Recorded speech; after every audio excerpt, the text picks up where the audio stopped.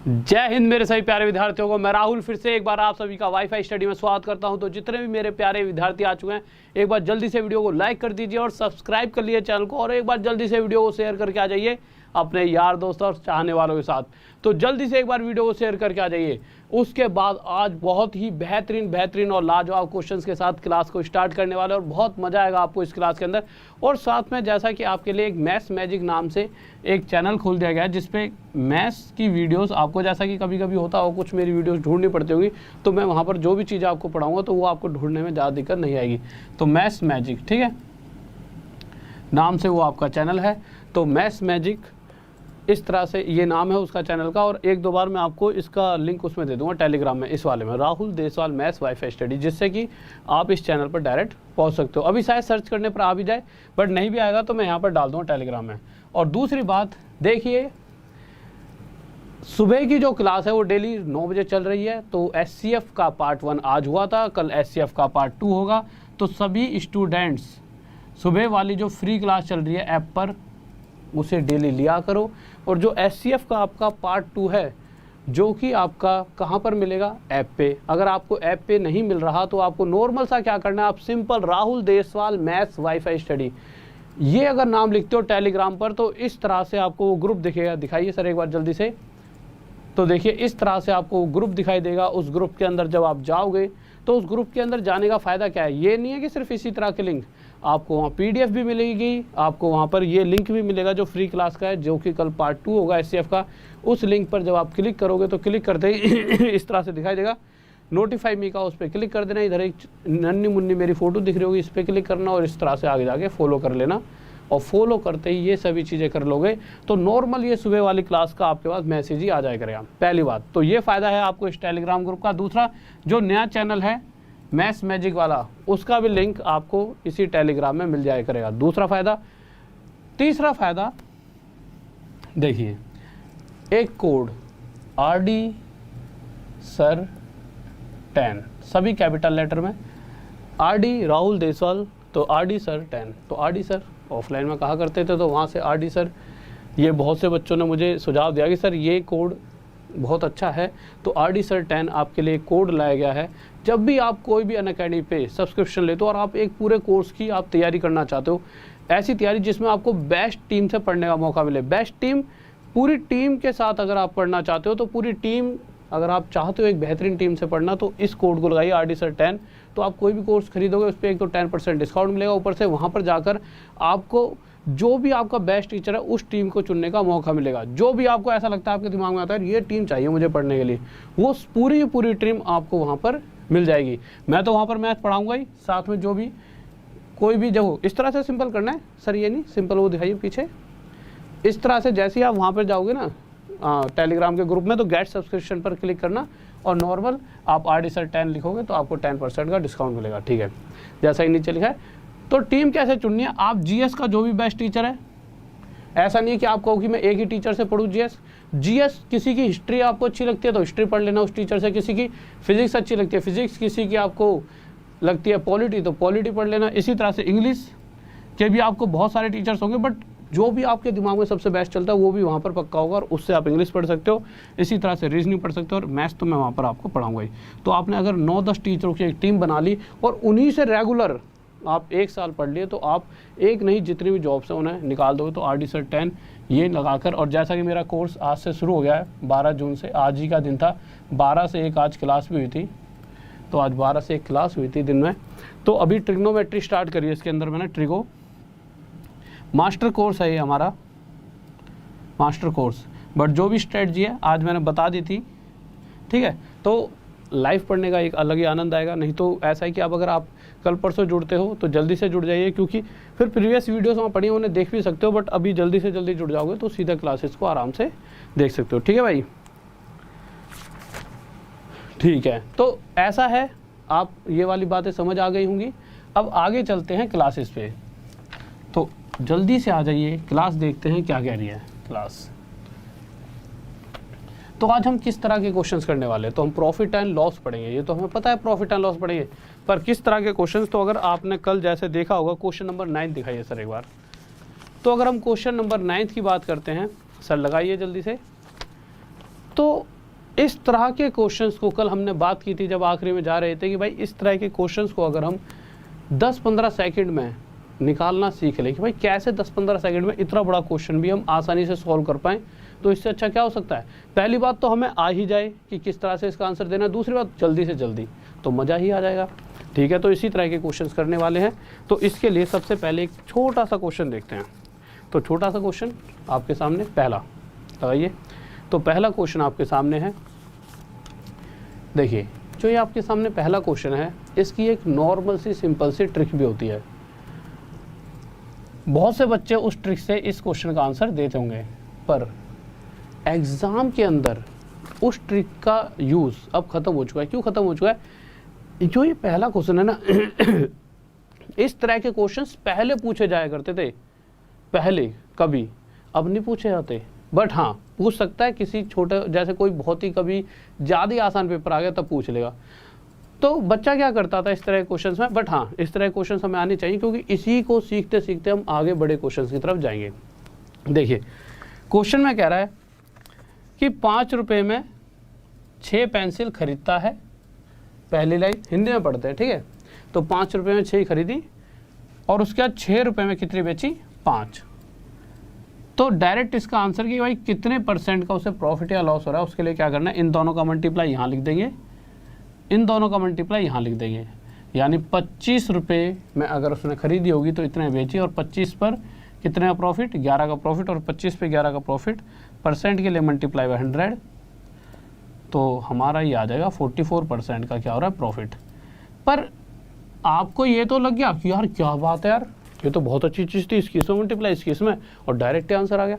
Direct तो आ गया, पर अगर गलती से उसने, अगर जैसा कि यहाँ पे 5 रुपये में 6 लिखा है, अगर वो लिख देता कि यहाँ पर 6 5 रुपये में, मतलब समझ रहे हो, ये ना एक डायरेक्ट तरीके ना डायरेक्ट ही होते हैं, इनमें मज़ा नहीं है। हमेशा चीज़ों को समझो, तो ट्रिक जरूरी है, बट ट्रिक कंसेप्ट के साथ कि समझ आए कि ऐसा क्यों हो रहा है, एक रीज़न होना चाहिए। जब उसकी तरह जाओगे आप तो बड़े से बड़े क्वेश्चंस को भी सॉल्व कर पाओगे। तो ये डायरेक्ट ट्रिक का ऐसा कोई वो बहुत अच्छी ट्रिक नहीं है जो मुझे लगा, ठीक है। तो इसलिए मैं हमेशा मना करता हूँ इस ट्रिक से जाने के लिए। हाँ, अगर नॉर्मल सा बच्चों वाला क्वेश्चन ऐसा आपके सामने दिख जाता है तो आप ऐसे करके आंसर दे सकते हो, पर अक्सर इस तरह से चीज़ें गलत हो जाती है। हमें चीज़ों को समझना है। क्या समझना है? आप क्वेश्चन हटाइए एक बार, आपसे मैं एक बात पूछता हूँ। मैंने आपको ना 40 रुपये दिए, ध्यान से याद रखना, मैंने आपको कितने रुपये दिए? 40 रुपये। आप एक दुकान पर गए, दुकान पर से लौट कर आए, तो आप मेरे पास जब लौट कर आए तो आपने 8 पेन खरीदे, तो आपने टोटल 40 रुपये खर्च करने के बाद 8 पेन खरीदे। तो अगर मैं आपसे पूछ लूँ एक पेन कितने का, तो आपको ये पता है कि एक पेन का प्राइस निकालने के लिए सिंपल आपको क्या करना है, 40 रुपये टोटल खर्च किए गए, किन पे? 8 पेनों पे। यानी एक पेन कितने का हुआ होगा? 5 रुपये का। भाई टोटल खर्चा 40 रुपये, 8 हिस्सों में बांटना है ना इस 40 रुपये को, क्योंकि 8 पेन खरीदे हैं, सभी का एक जैसा प्राइस था, तो 8 हिस्सों में जब 40 को बांटा तो एक पेन 5 रुपये का हमें पता चला। यानी अगर मैं ये जानना चाहूँ एक वस्तु का खरीदने वाला मूल्य कितना है और कहीं पर ऐसे दे दिया जाए कि आपके पास टोटल, मैं कह दूं कि आपके पास 18 रुपये थे और आप 18 रुपये में 3 पेन खरीद कर लाए। आप 18 रुपये में कितने पेन खरीद के लाए? 3 पेन। तो आपसे अगर मैं ये पूछूं कि एक वस्तु का कॉस्ट प्राइस बताइए कि जो एक पेन है उसका खरीदने वाला, वहाँ से हमें 3 पेन मिले, यानी ये 18 रुपये 3 हिस्सों में बटेंगे। यहाँ से हमें पता चलेगा हर एक पेन 3 रुपये का पड़ा होगा, 3 रुपीज़ पर पेन। तो अगर मैं एक वस्तु या एक आइटम का खरीदने वाला मूल्य निकालना चाहूँ तो टोटल जो भी खर्चा हुआ है और उसमें जितने भी आर्टिकल्स आए उससे डिवाइड कर दीजिए, वहाँ से मुझे एक वस्तु का प्राइस मिल जाएगा। बस यही चीज़ हमें सीखनी थी और हम सभी क्वेश्चंस का आंसर दे देंगे। तो क्वेश्चन लगाइए सर जल्दी से। पहला देखिए, पहले क्वेश्चन को सीखने के बाद आपको लगेगा कि पिछला ही मेथड थोड़ा इजी था, बट इस क्वेश्चन से हम बड़े बड़े क्वेश्चंस को कैसे बहुत ही आसानी से कर पाएंगे, और यहाँ से आपको समझ भी आएगा कि अच्छा ये ऐसे हो रहा था और यूं हो रहा था इसलिए। तो आपको सिंपल, आपसे मैं अगर कहूँ, जैसा कि पहली लाइन में लिखा हुआ है, एक व्यक्ति ने 5 रुपये में 6 पेंसिल खरीदता है। एक कितने में खरीदेगा? तो आप कहोगे भाई हमें सिर्फ हमेशा ना एक वस्तु का खरीदने वाला मूल्य पता होना चाहिए, और इसी तरह से इन क्वेश्चंस में एक वस्तु कितने बेची वो वाला मूल्य पता होना चाहिए, ठीक है। तो उसने टोटल 5 रुपये खर्च करके कितनी पेंसिलें खरीदी हैं? 6 पेंसिल। तो यहाँ से मुझे पता चला कि एक वस्तु उसने 5/6 रुपये में खरीदी होगी, और जब एक खरीदी होगी तो उसको एक पेंसिल 5/6 रुपये ही पड़ी, और इसके हिसाब से उसने बहुत खरीदी होंगी, हमें नहीं पता कितनी। इसी तरह से बेचते टाइम वो किस तरह से बेच रहा है, वो 6 रुपये में 5 के हिसाब से बेच रहा है, 6 रुपये में 5 के हिसाब से बेच रहा है। भाई 6 रुपये में कितनी बेची? 5। तो एक कितने बेची होगी भाई? टोटल 6 रुपये में 5, तो 5 से 6 को डिवाइड कर दिया, ठीक है। तो इतने रुपए के हिसाब से वो एक बेचता है। कितनी बेच रहा है नहीं पता, कितनी खरीदी नहीं पता, बट हमें ये पता है कि जितनी खरीदता है उतनी ही बेच रहा है, क्योंकि ये हमें डन है कि मैंने, जैसे सिंपल सी बात है, अगर मैं प्रॉफिट या लॉस जानना चाहूँ तो जितनी खरीदूंगा तो मुझे बेचनी भी उतनी पड़ेगी। तो क्या क्वेश्चन में कहीं भी दे रखा है आपने खरीदी कितनी है? नहीं। कितनी बेची? नहीं। तो क्या किया जाए? तो आप एक वैल्यू मान लीजिए। कौन सी वैल्यू? x मान ले, y मान ले? नहीं, एक ऐसी वैल्यू जो 6 और 5 से पूरी तरह कट जाए। यानी 6 और 5 का एलसीएम लिया, और मैंने मान लिया कि एक्चुअल में अगर उसने 5/6 रुपये के हिसाब से 30 पेंसिलें खरीदी होती तो उसे एक्चुअल प्रॉफिट जानने के लिए 6/5 रुपये के हिसाब से कितनी बेचनी पड़ेंगी? 30 ही बेचनी पड़ेंगी। यानी इतने रुपये के हिसाब से 30 खरीदी, इतने रुपये के हिसाब से 30 बेच दी। खरीदते टाइम एक्चुअल में उसकी जेब से कितना खर्चा हुआ? 25 रुपये का, और बेचते टाइम उसकी जेब में कितने रुपए आए? 36 रुपये। यानी जब वो वस्तुओं को खरीद रहा था, 30 वस्तुओं को, तो उसकी जेब से 25 रुपये खर्च, और जब कमाने बैठा तो अगला 36 रुपये कमा चुका है। यानी इन द एंड 25 खर्च करके 36 कमाए, यानी उसे 11 रुपये का प्रॉफिट हो रहा है। तो हमसे पूछा गया है कि जो उसे प्रॉफिट है वो परसेंटेज में बताइए। तो प्रॉफिट परसेंट क्या होता है? हमें 11 का प्रॉफिट हो रहा है, और परसेंटेज के लिए मल्टीप्लाई 100, तो 25 से 4 पे 4 की 11 में गुणा 44%। ये आंसर आ गया। नेक्स्ट क्वेश्चन आइए सर, जल्दी से। किसी को डाउट जल्दी से बताइए। अगर वॉइस मिसमैच हो रही है तो आप रिफ्रेश कर लीजिए। क्या सर वॉइस मिसमैच हो रही है? जल्दी से बताइए। हो रही है? कितनी? थोड़ी सी या ज़्यादा? हल्की सी हो रही है ना भाई, थोड़ी सी है, उसकी आप दिक्कत मान लो। ये थोड़ी सी, चलो कोई दिक्कत नहीं है, इतने से तो चलो कभी कभी हो जाता है, तो यार टेक्निकल चीज़ें हैं, ठीक है, तो कोई दिक्कत नहीं है। अगले क्वेश्चन पर आए। क्वेश्चन क्या कर रहा है इस बार? किसी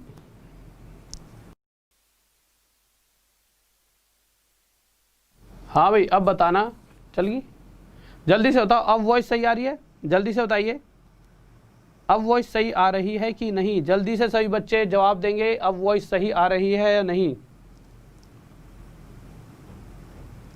ठीक है, तो देखिए क्वेश्चन क्या कह रहा है इस बार। एक व्यक्ति ने 11 नींबू 10 रुपए में खरीदे, यानी 10 रुपए खर्च करने पर 11 नींबू खरीदे। तो 10 रुपए में अगर 11 खरीदता है तो एक कितने में खरीदेगा? तो हमने यही तो सीखा है, अगर एक नींबू का, सिर्फ एक नींबू का प्राइस निकालना है खरीदने वाला, तो 10 रुपये खर्च करके टोटल खरीदे कितने थे? 11। तो 11 से डिवाइड कर देंगे 10 को, और हमें पता लगेगा एक जो नींबू खरीदा होगा वो 10/11 रुपये में खरीदा होगा।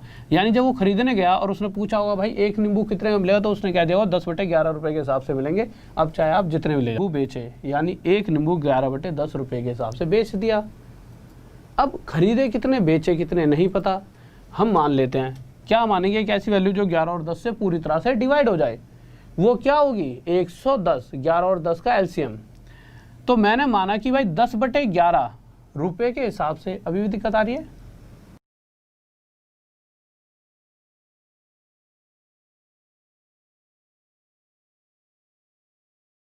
देखो जल्दी से बताओ, अब आवाज आ गई? जल्दी से बताइए, अब आ रही होगी आवाज? जल्दी से,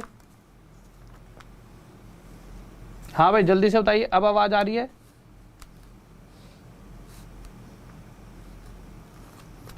अब आ रही होगी आवाज, अब दिक्कत नहीं आएगी। अब कैसी आवाज आ रही है? जल्दी से बताइए, अब सही आ रही कि नहीं आ रही? आपसे पूछ रहा हूँ सर। हाँ भाई बताइए। ठीक है, तो देखते हैं। तो देखिए हुआ क्या था, मैंने क्या कहा, और अगर आप कभी भी ऐसे वीडियो बंद करो। देखिए, तो एक बार जल्दी से सभी बच्चे शेयर कर दो यार, क्योंकि क्या हुआ है कि एकदम थोड़ी सी दिक्कत हो गई थी वॉइस मिसमैच की, जिस कारण से बच्चे थोड़े से चले गए। तो जल्दी से बुला लीजिए सबको, ठीक है। फिर उसके बाद इस क्वेश्चन पर आते हैं। तो क्वेश्चन क्या रहा था, हमने क्या देखा था अभी तक कि 10/11 रुपए के हिसाब से वो एक वस्तु खरीदता है और 11/10 रुपए के हिसाब से एक वस्तु बेच रहा है, पर हमें ये नहीं पता कि उसने कितनी खरीदी और कितनी बेची। तो उसने कितनी खरीदी नहीं पता, कितनी बेची नहीं पता, तो हम क्या करेंगे, हम एक वैल्यू मानेंगे, एक ऐसी वैल्यू जो इस 11 और 10 से पूरी तरह कट सके। तो हमने क्या माना उस कंडीशन में, 11 और 10 का एलसीएम 110। मैंने माना कि उस व्यक्ति को 110 वस्तुएं खरीदनी थी, और अगर उसने 110 खरीदी हैं तो जब तक वो 110 नहीं बेच लेगा उसे नहीं पता चलेगा उसे प्रॉफिट हो रहा है या लॉस हो रहा है, ठीक है। अगर मैं इसको 11 से डिवाइड करता हूं तो कितने पे जाएगा, 10 पे। यानी कि मुझे यहाँ से पता लगा कि उस व्यक्ति के पास अगर उसने भाई 10/11 रुपये के हिसाब से 110 वस्तुएं खरीदी होंगी तो उस कंडीशन में उसकी जेब से 100 रुपये खर्च हो चुके थे।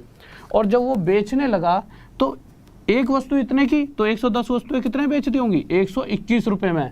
यानी कि अगला 100 रुपये खर्च करता है और 121 रुपये कमा रहा है, यानी कि डायरेक्ट 100 रुपये पर उसे 21 रुपये का प्रॉफिट मिला। तो 100 का 21% उसको प्रॉफिट। अगर निकालना चाहो तो निकाल सकते हो भाई, 100 रुपये पे 21 रुपये का प्रॉफिट, परसेंटेज के लिए मल्टीप्लाई बाय 100, 2 0 से 2 0, यानी 21% का उसे प्रॉफिट हुआ होगा। आंसर, किसी को डाउट जल्दी से बताइए। नेक्स्ट क्वेश्चन देखते हैं। और एक बार यार अगला क्वेश्चन जल्दी से करने के लिए जल्दी से तीसरे क्वेश्चन पर आ गए हैं, ठीक है। तो तीसरा क्वेश्चन आपके सामने आ चुका है। तो तीसरे क्वेश्चन पर जाने से पहले एक बार शेयर कर दो प्लीज, या फिर लाइक कर दीजिए, क्योंकि ऐसा हुआ कि वीडियो को रोकना पड़ा था जिस कारण से बहुत से बच्चे चले गए हैं, ठीक है। तो एक बार जल्दी से शेयर करके सभी को बुला लीजिए। इतना सा तो यार आज थोड़ा सा, वैसे मैं कहता नहीं शेयर के लिए, बट ऐसा है कि जब एकदम बच्चे चले जाते हैं किसी और दिक्कत से, टेक्निकल से, तो थोड़ा सा अच्छा नहीं लगता। देखिए, तो हम अगले क्वेश्चन की तरफ आए। तो देखिए, मैंने इस क्वेश्चन को इस तरीके से क्यों कहा था आपको करने के लिए, इसका रीज़न था, क्या रीज़न था, वो था ये क्वेश्चन। अभी तो ये छोटा सा बच्चा सा नन्ना मुन्ना क्वेश्चन है, बट हम अगर उन तरीकों से कर रहे होते जो सबसे पहले तरीका सिखाया था, उस तरीके से इस क्वेश्चन को आप सोल्व नहीं कर पाते। इसीलिए मैंने इस नए वाले तरीके की आपसे कही थी।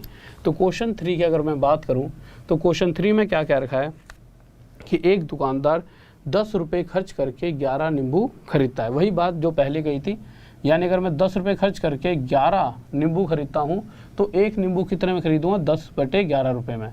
ये आ गया मुझे एक नींबू का खरीदने वाला मूल्य। जब बेचने लगा तो मैं बेचते टाइम 11 नींबू 10 रुपये में बेच रहा था, यानी एक नींबू का बेचने वाला मूल्य ये था। मैंने कितने खरीदे नहीं पता, कितने बेचे नहीं पता, तो मैं क्या करने वाला हूँ, एक ऐसी वैल्यू मानूंगा जो 11 और 10 से पूरी तरह से डिवाइड हो जाए, और वो वैल्यू क्या होगी, 11 और 10 का एलसीएम यानी 110। तो मैंने मान लिया जब वो खरीदने गया तो 10/11 रुपये के हिसाब से एक मिलता था, तो उस कंडीशन में उसने 110 खरीदे। अब आपको सर 110 ही क्यों खरीदे, शायद ये 220 भी तो हो सकता था, 220 कुछ भी मान लीजिए, माना है मैंने, एक्चुअल नहीं है। एक ऐसी वैल्यू मानिए जो पूरी तरह से इस नंबर से कट जाए। तो मैंने माना कि 10/11 के हिसाब से अगर उसे एक मिलता था तो उसने 110 खरीदे, पर जब वो बेचने बैठा तो जब तक उसके 110 नहीं बेचेंगे ना उसे पता लगा प्रॉफिट है या लॉस, तो उसने 11/10 रुपये के हिसाब से 110 बेच भी दिए। अब वो देखने लगा यार कि जब खरीदते टाइम उसकी जेब से कितने रुपये का खर्चा हुआ, 100 रुपये का, बेचते टाइम 0 से 0 कटा, उसकी जेब में 121 रुपये आए। तो मैंने देखा भाई 100 रुपये खर्च करके अगला 121 रुपये कमा रहा है, कितने का प्रॉफिट हुआ, 21 रुपये का। और ये 21 रुपये का प्रॉफिट कब हुआ, जब उसने 110 वस्तुएं बेची होंगी। इस बात का ध्यान रखना, 110 वस्तुएं बेची या 110 वस्तुएं खरीदी, भाई खरीदी भी उतनी है, बेची भी उतनी है। 21 का प्रॉफिट कब होता है, जब वो 110 खरीदता है। बट क्वेश्चन कह रहा है एक्चुअल में जो प्रॉफिट है वो 63 रुपये का, यानी इससे 3 गुना ज़्यादा। तो क्वेश्चन में क्या पूछा गया है, क्वेश्चन में पूछा है कि उसने एक्चुअल में कितने नींबू खरीदे, तो उसने 110 ना खरीद कर इससे 3 गुना ज़्यादा 330 नींबू खरीदे होंगे। किसी को डाउट जल्दी से बताइए। 300 मेरे भाई 300 कैसे तुमने आंसर दे दिया, 330। अरे कहाँ सोच रहे हो, कहाँ बुद्धि लगाते हो, हद है यार तुम्हारी भी। ये बताओ मैंने क्या माना था, पहले उसने कितने खरीदे, 110, ये थी क्वांटिटी, ठीक है, और बेचे कितने उसने 110, यानी यहाँ पे लिख देता हूँ, उसने खरीदे कितने 110 और बेचे भी कितने 110। जब 110 खरीदे तो 11 से ये 110 कितने पे रहा 10 पे, तो उसको 100 रुपये खर्च करने पड़े। उसने ये नहीं पूछा उसने क्या खर्च करा क्या नहीं खर्च करा, उसने ये पूछा है उसने टोटल कितने खरीदे हैं। किसी को डाउट जल्दी से, हाँ भाई जल्दी बताओ। 300 क्यों आंसर दे रहे हो मेरे भाई, 330 वाले सभी बच्चे सही हैं, 330 आंसर आएगा, ठीक है। बहुत बेहतरीन, बहुत बढ़िया। कुछ बच्चे तो कह रहे हैं सर जी क्या 300 आंसर है नेक्स्ट। अरे मेरे भाई समझ तो लो, नेक्स्ट तो मैं चले जाऊंगा, यहाँ तुम्हारे लिए हूँ, तुम्हारे लिए ही खड़ा हूँ, ठीक है। 330 आंसर आएगा। अगला क्वेश्चन देखिए, तो फोर्थ क्वेश्चन पे, और ध्यान से देखेंगे फोर्थ क्वेश्चन का आंसर भी, और इतना हल्के में क्वेश्चन को मत लिया करो, थोड़ी सी देख लिया करो पूछ क्या रहा है, ठीक है। तो अगले क्वेश्चन की तरफ आते हैं। हमारा अगला क्वेश्चन क्या करा, बहुत ही बेहतरीन सा। ये क्वेश्चन आपको सिर्फ एग्जाम में ही दिखेंगे, कोई नहीं कराने बैठा, ठीक है, मैं आपको करा रहा हूँ तो ध्यान से कर लीजिए, ठीक है।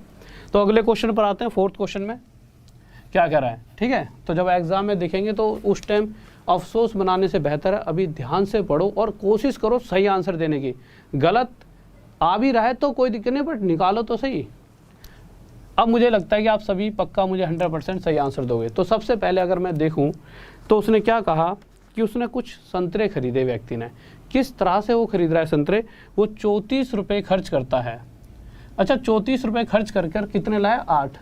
तो अगर मैं एक संतरे का मूल्य जानना चाहूँ कि उसको एक संतरा कितने रुपए का पड़ा खरीदते टाइम, तो इस 34 को 8 से, भाई 34 को 8 हिस्सों में डिवाइड कर दूंगा, तो मुझे यहाँ से पता लगा कि भाई एक संतरा जब उसने खरीदा, CP मतलब खरीदने वाला मूल्य, उसने 34/8 रुपये में खरीदा। चलो ठीक है, अब बेचने की बारी आई।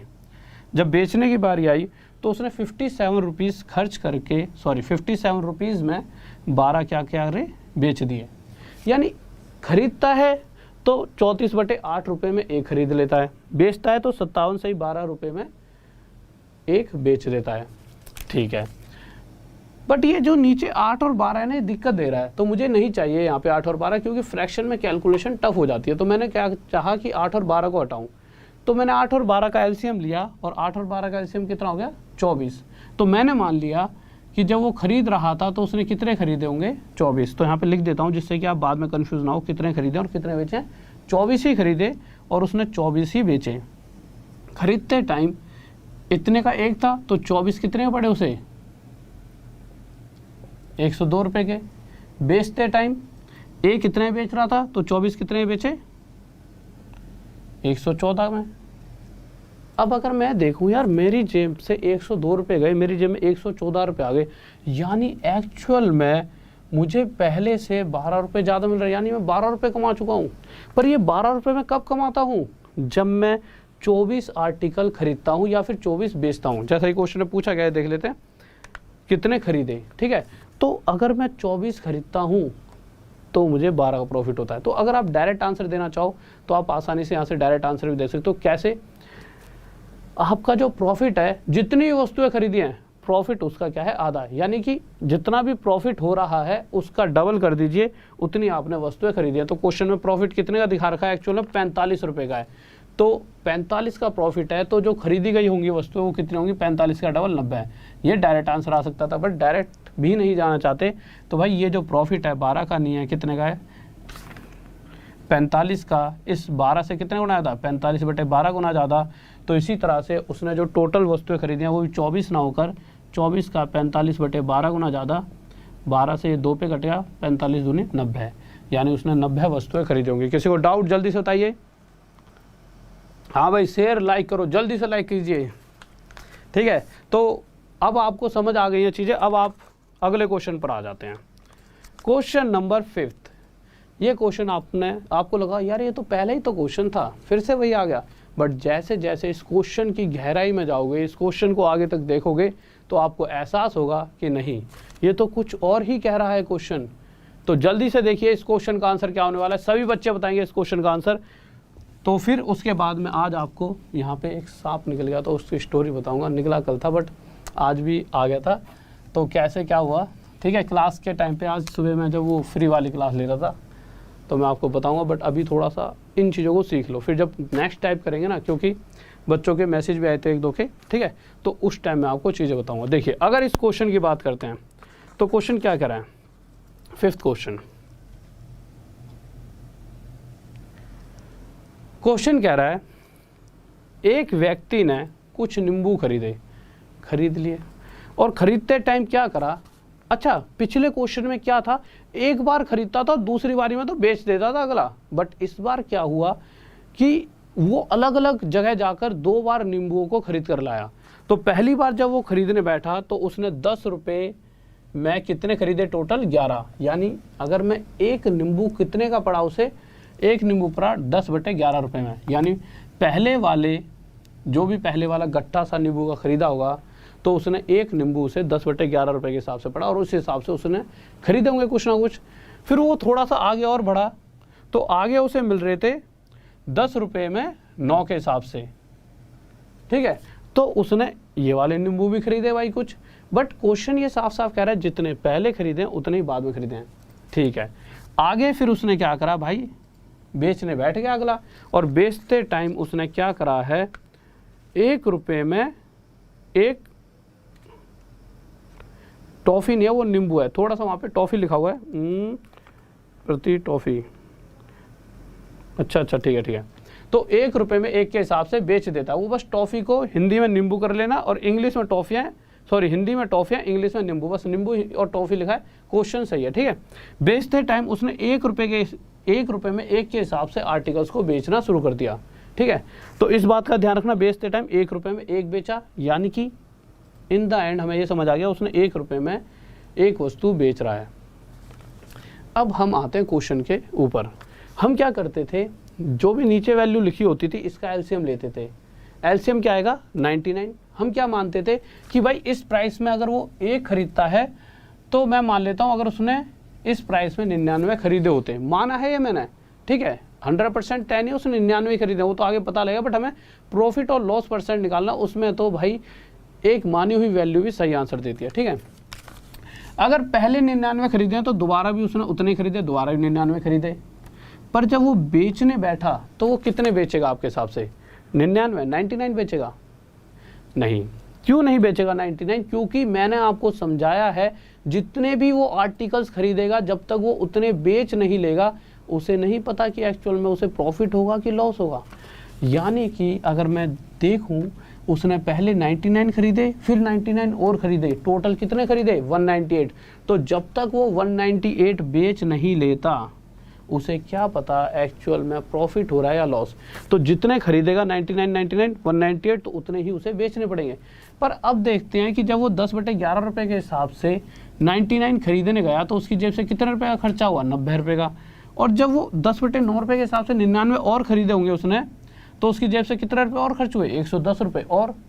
तो जब उसने पूरी खरीदारी कर ली तो इन द एंड 90 और 110 200 रुपये उसकी जेब से खर्च हो चुके थे। टोटल कितनी खरीदारी कर चुका था वो, इतनी। और इतने ही जब वो बेचने लगा तो उसकी जेब में कितने आए, 198 रुपीज़। यानी यहाँ से एक बात तो तय हो चुकी है कि अगले को हो चुका है घाटा। पर घाटा कितने का, कि अगर वो 200 रुपये खर्च करता है तो उसकी जेब में बस इतने आए, यानी घाटा हुआ 2 का। तो 200 रुपये पर 2 का घाटा परसेंट के लिए मल्टीप्लाई बाय 100, 2 जीरो से 2 जीरो काटेंगे, 2 से 2 काट दें, यानी 1% का उसे लॉस यहाँ देखने को मिला। ठीक है भाई, किसी को डाउट जल्दी से देखिए। बहुत ही बेहतरीन, बहुत बढ़िया, लाजवाब। अगले क्वेश्चन पर चलते हैं। सर इंक दीजिए अगर हो तो, लीजिए इसमें इंक डाल दीजिए जल्दी से। ठीक है मेरे भाई, तो अगले क्वेश्चन की तरफ चलते हैं। क्या कह रहा है हमारा अगला क्वेश्चन, तो देखते हैं अगला क्वेश्चन क्या है। देखिए, तो अगला क्वेश्चन आपके सामने, अरे कहाँ गिर गया भाई, तू कहाँ जा रहा है तू, यहाँ देखिए ढक्कन गिर गया था। क्वेश्चन कह रहा है कि इस बार जब वो व्यक्ति नींबू बेचने लगा तो उससे पहले तो खरीदेगा, तो जब वो खरीदने लगा तो उसने क्या करा, पहली बार गया तो जितना भी इकट्ठा सा खरीद के लाया होगा 1 रुपये में 2 खरीद रहा है, यानी कि उसने एक नींबू 1/2 रुपये में खरीदा। मैंने पहले ही सिखा दिया था कि हम कैसे निकाल रहे हैं कि एक नींबू का प्राइस, तो एक नींबू उसे 1/2 रुपये का पड़ा। आगे गया तो उसने 2 रुपये खर्च करके एक खरीदा, यानी कि उसे आगे जाने पर जितने भी नींबू खरीदे होंगे वो जो भी लोट सा एक गट्ठा सा खरीदा होगा वो गट्ठे में एक नींबू से 2/1 रुपये का पड़ा। फिर आगे क्वेश्चन में कह रहा है वो कि जब वो बेचने लगता है तो 3 रुपये में 3 के हिसाब से बेच देता है। ठीक है, तो बेचते टाइम 3 रुपये में 3 के हिसाब से बेच रहा है। तो अगर मैं इनको रेशो में निकालता हूँ तो भाई ये कितना बन जाएगा, कट जाएगा, 1/1 आ जाएगा। भाई 3 रुपये में 3 के हिसाब से बेचेगा तो काट लीजिए, कितना आ जाएगा 1। ठीक है, अभी तक हम क्या करते थे, हमें अगर ये जानना हो कि उसने कितने खरीदे या कितने बेचे, तो सबसे पहले नीचे वाली जो वैल्यू उनका एलसीएम लेंगे, कितना आ जाएगा 2। तो मैंने मान लिया कि भाई इतने रुपए के हिसाब से उसने पहले 2 खरीदे, फिर आगे और गया, फिर इस प्राइस पर उसने 2 और खरीदे। अब मैं अगर देखूं तो उसने 2 ये खरीदे हैं, 2 ये, टोटल खरीदे कितने, 4। अगर उसने टोटल 4 खरीद लिए हैं तो वो बेचेगा भी कितने, तो अभी तक हमें पता है जितने खरीदेगा उतने ही तब तक बेच नहीं लेगा, उसे नहीं पता लग सकता प्रॉफिट है लॉस है। तो 2 और 2 4 खरीदे तो वो बेचेगा भी 4। ठीक है, अब आप देखिए इस 2 से 2 को काटूंगा, यहाँ पर 1 आया, 2 दूनी 4, तो मुझे पता चला कि 2 और 2 जब टोटल 4 वस्तुएं उसने खरीदी होंगी तो उसकी जेब से 1 और 4 5 रुपये टोटल खर्च हो चुके थे। और जब वो कमाने बैठा तो 1 की 4 में गुणा, यहाँ पे क्या आ जाएगा 4, यानी कि ये 5 यूं नहीं है, 4/5 है। ठीक है, ऐसे देख लीजिए, इन दोनों का प्लस है ये 5, तो 5 रुपये तो वो कमाता है और 4 रुपये, सॉरी 5 रुपये वो क्या करता है यार, 5 रुपये में उसने वस्तुएं खरीदी। ठीक है, और 5 रुपये में वस्तुएं खरीदने के बाद जब वो बेचने बैठा तो उसे कितने रुपए मिले, 4 रुपये। ठीक है, तो मैंने देखा उसे एक्चुअल में कितने का लॉस हो चुका है, 1 रुपये का। तो मैं कह सकता हूँ कि इससे 5 रुपये पर 1 रुपये का क्या हो रहा है, घाटा। और 1/5 कितना होता है, 20%। और ये क्या हो गया हमारा आंसर। ठीक है, किसी को डाउट जल्दी से देखिए अगले। ठीक है, देखो सर मार्कर में एक डाल दीजिए जल्दी से, देखिए। तो अगले क्वेश्चन पर देखिए क्या करा है। तो अगले क्वेश्चन की तरफ आते हैं, हमारा क्वेश्चन नंबर 7। तो 7th क्वेश्चन देखिए हमारा क्या कहने वाला है।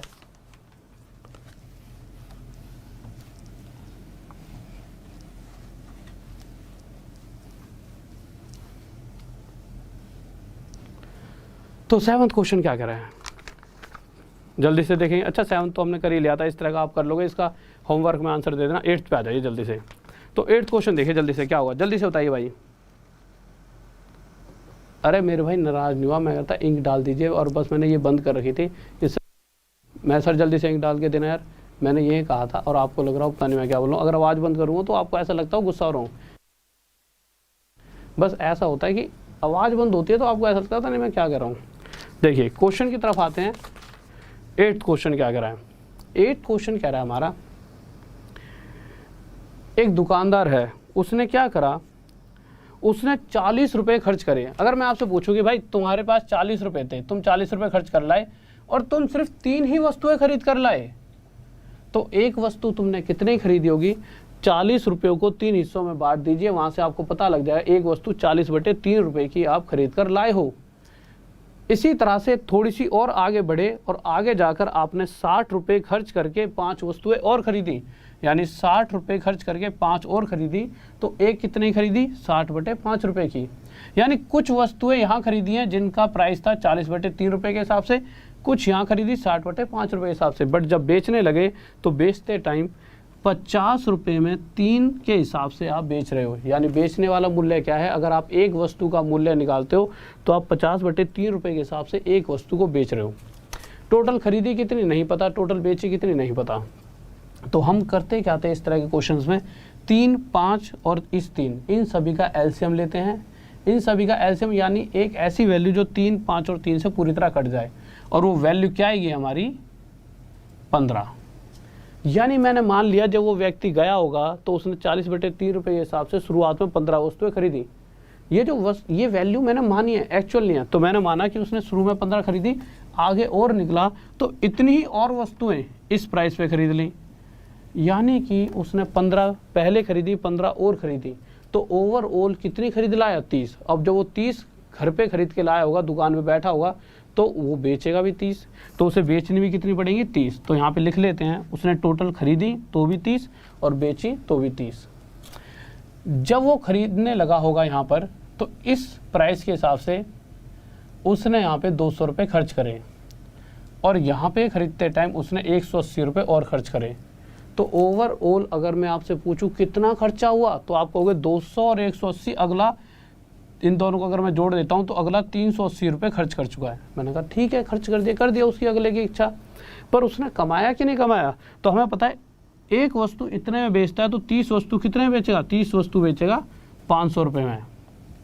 तो भाई उसने 500 रुपये कमाए।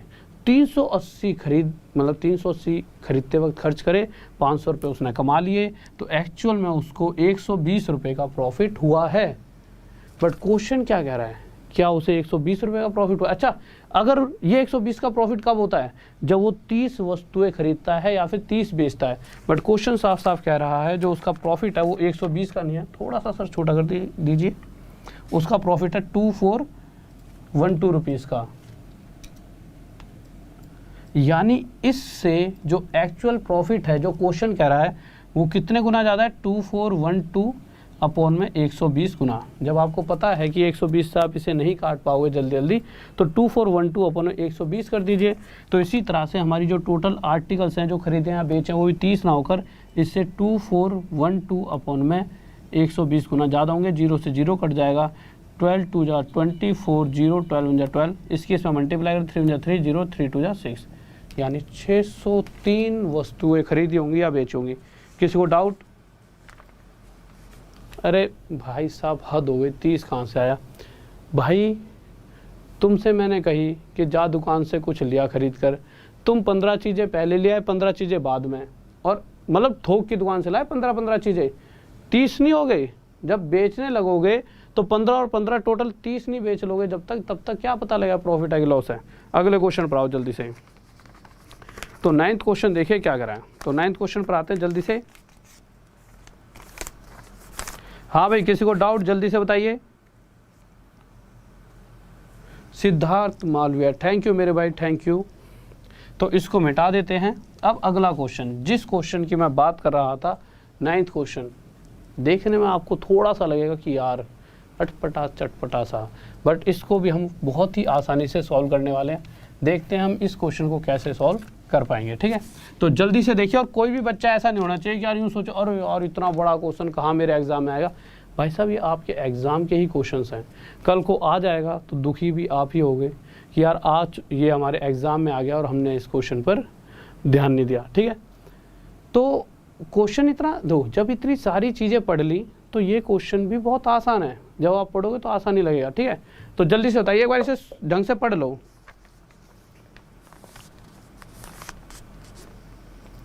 हाँ भाई देखिए, तो 9th क्वेश्चन पर आते हैं, और 9th क्वेश्चन के बाद हल्का सा एक बार पानी पी लो यार, गले में थोड़ी सी दिक्कत होगी, एक सेकंड रुकिए।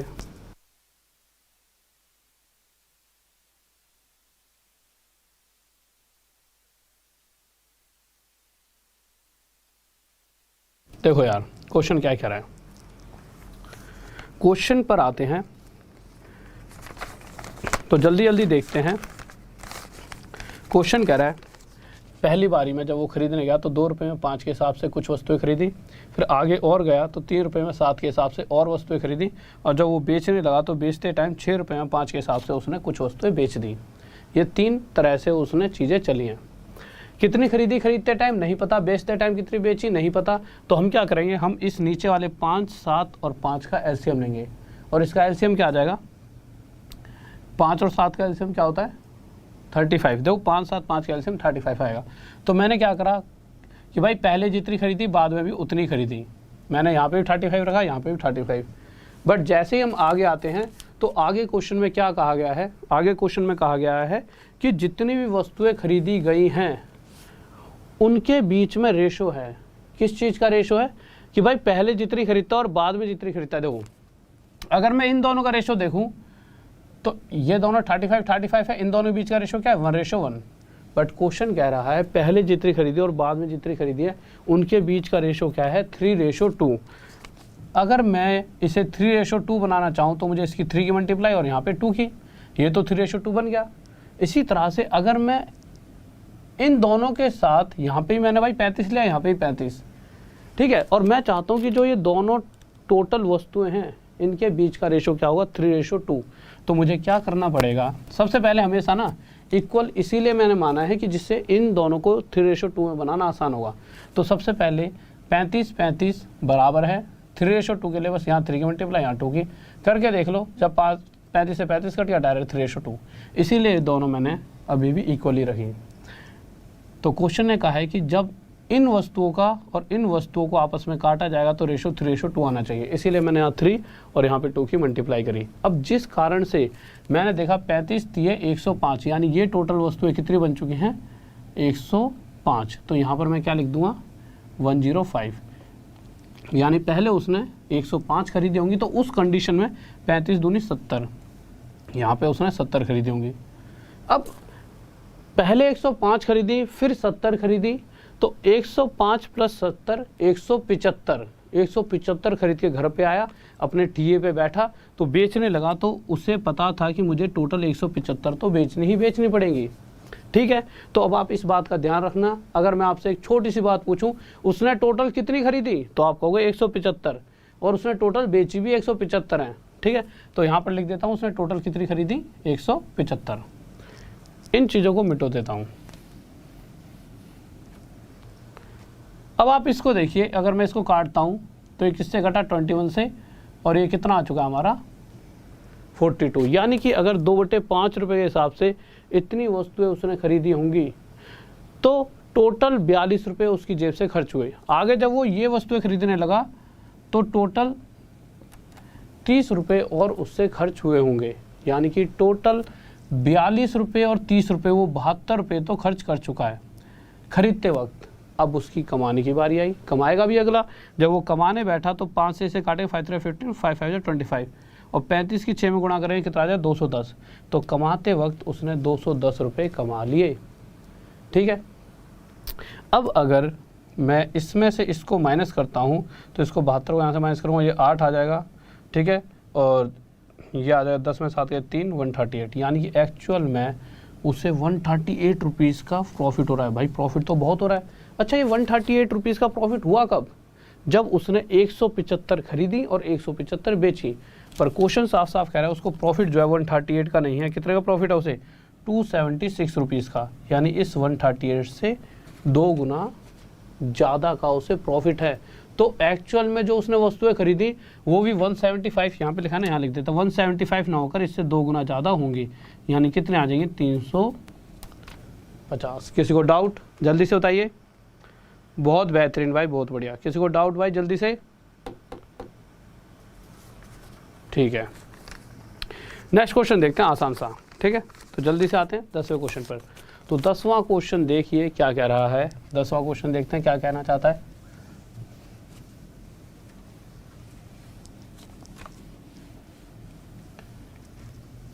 कैसे सर जी गुस्सा हो गए हैं? देखो भाई क्वेश्चन कह रहा है 33। देखो तुमने बोल बोल के फील करा दिया कि मैं गुस्सा कर रहा हूँ उनके ऊपर। क्वेश्चन 10 की तरफ आए हैं। सचिन ने बताई है आवाज़ बंद करके, कहा कि क्वेश्चन 10 है, खुशी खुशी में 33 मत बोलिए। देखिए मुझे पता है क्वेश्चन 10 है, तो देखते हैं क्या कह रहा है। 33 मीटर कपड़ा बेचने पर दुकानदार 11 मीटर के, देखिए इस तरह के क्वेश्चंस को ना अगर आप हमेशा सही करना चाहते हो तो आपको एक बात का ध्यान देना होगा।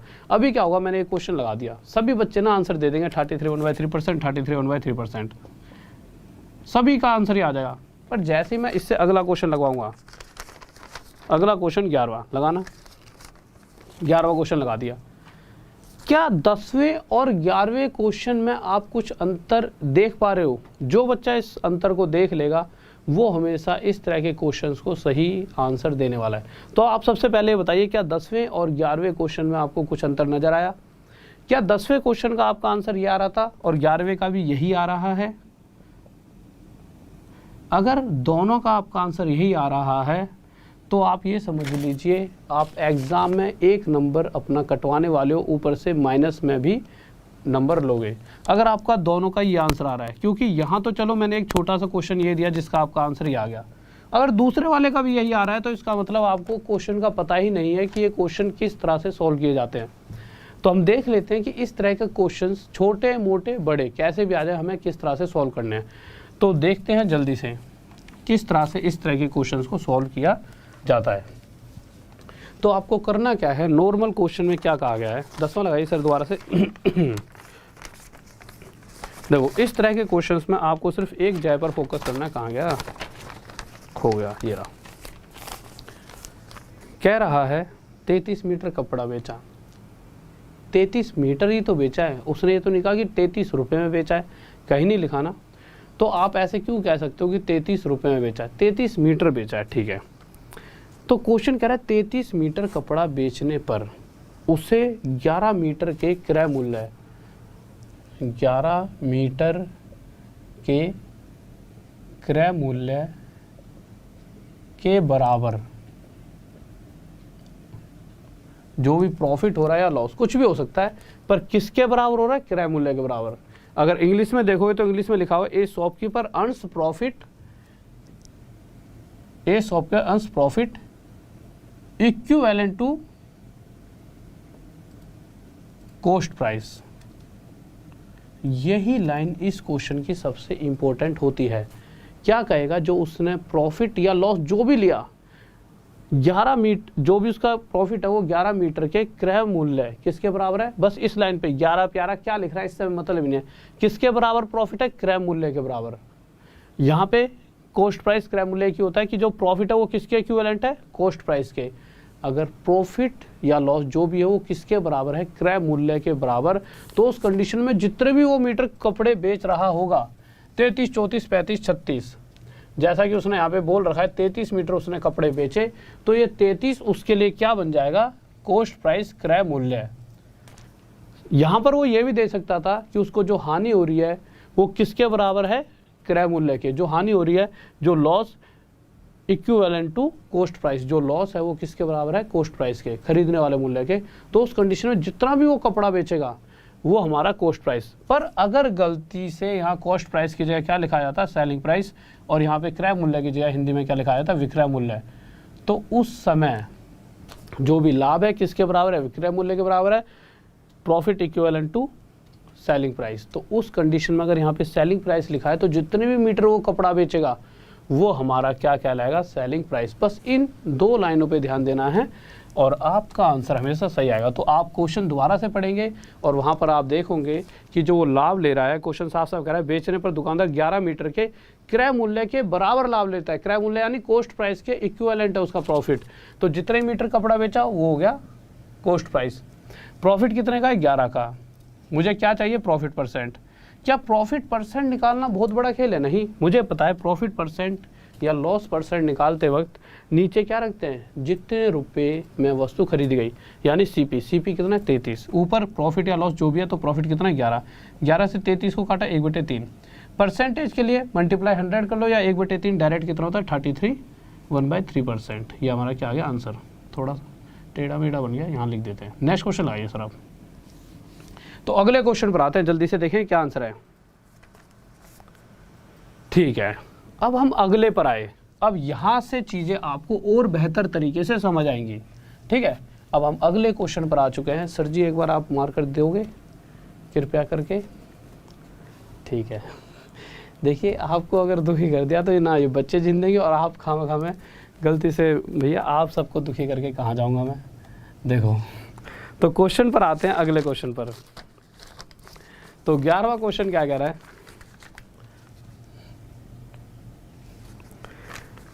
11वें क्वेश्चन के अंदर अभी भी 33 ही मीटर बेच रहा है, पर जो उसको प्रॉफिट हुआ है वो इक्विवेलेंट टू क्या है, सेलिंग प्राइस। कि profit equal to selling price, जो उसको प्रॉफिट है बिक्री मूल्य के बराबर लाभ प्राप्त करता है। यानी जितने भी मीटर कपड़ा बेच रहा है 33 मीटर, अगर profit equal to selling price है तो जितने भी मीटर कपड़ा बेचेगा अब वो बन जाएगा सेलिंग प्राइस। और प्रॉफिट कितना है, 11। अब कुछ बच्चे कहेंगे कि सर अभी भी तो आंसर यही आएगा 11/33। पर आप मुझे एक छोटी सी बात बताइए, क्वेश्चन पूछ क्या रहा है, क्वेश्चन पूछ रहा है प्रॉफिट परसेंट बताइए। ठीक है, प्रॉफिट या लॉस परसेंट कुछ भी पूछता, हमें पता है प्रॉफिट परसेंट हमेशा किस पे निकाला जाता है, कॉस्ट प्राइस, खरीदने वाले मूल्य पर निकाला जाता है। क्या यहाँ पर कहीं पर भी खरीदने वाला मूल्य यानी कॉस्ट प्राइस हमें पता है, नहीं पता। नहीं पता तो हमें यहाँ कॉस्ट प्राइस निकालना पड़ेगा।